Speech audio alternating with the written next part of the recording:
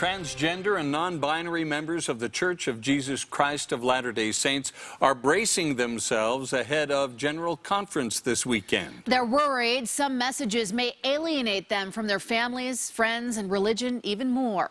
Fox 13's Haley Higgins is at Temple Square tonight to explain. Haley.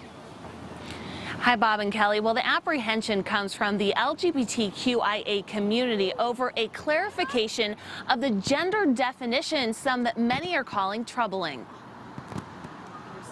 At 3 years old, KRIS IRVIN knew that they were a boy in a girl's body. If you haven't struggled with your gender identity, it's extremely difficult to understand. While remaining an active member of the faith, IRVIN transitioned with the guidance from local priesthood leaders. There's like wiggle room, I guess.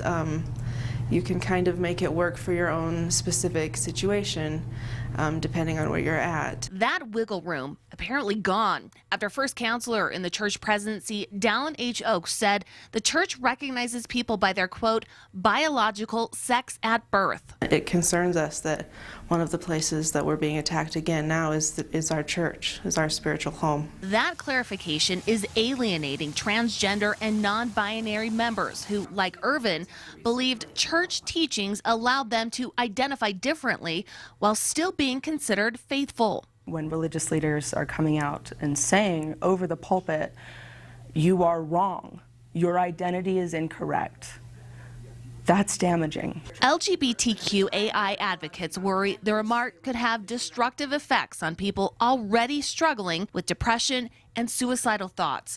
While the church declined to comment on this story, President Oaks told members, quote, reach out with understanding and respect toward individuals struggling with gender identity. That's not coming from a place of love, that is sowing confusion and shame for people who are already struggling to find their place in a society that just is not ready to accommodate and more often ostracizes people like that. Now, the first session of General Conference begins tomorrow morning, and I spoke with the Pride Center today. They say that they have mental health professionals poised and ready to go in case anyone is suffering a mental health crisis. Reporting live at Temple Square, Haley Higgins, Fox 13 News, Utah.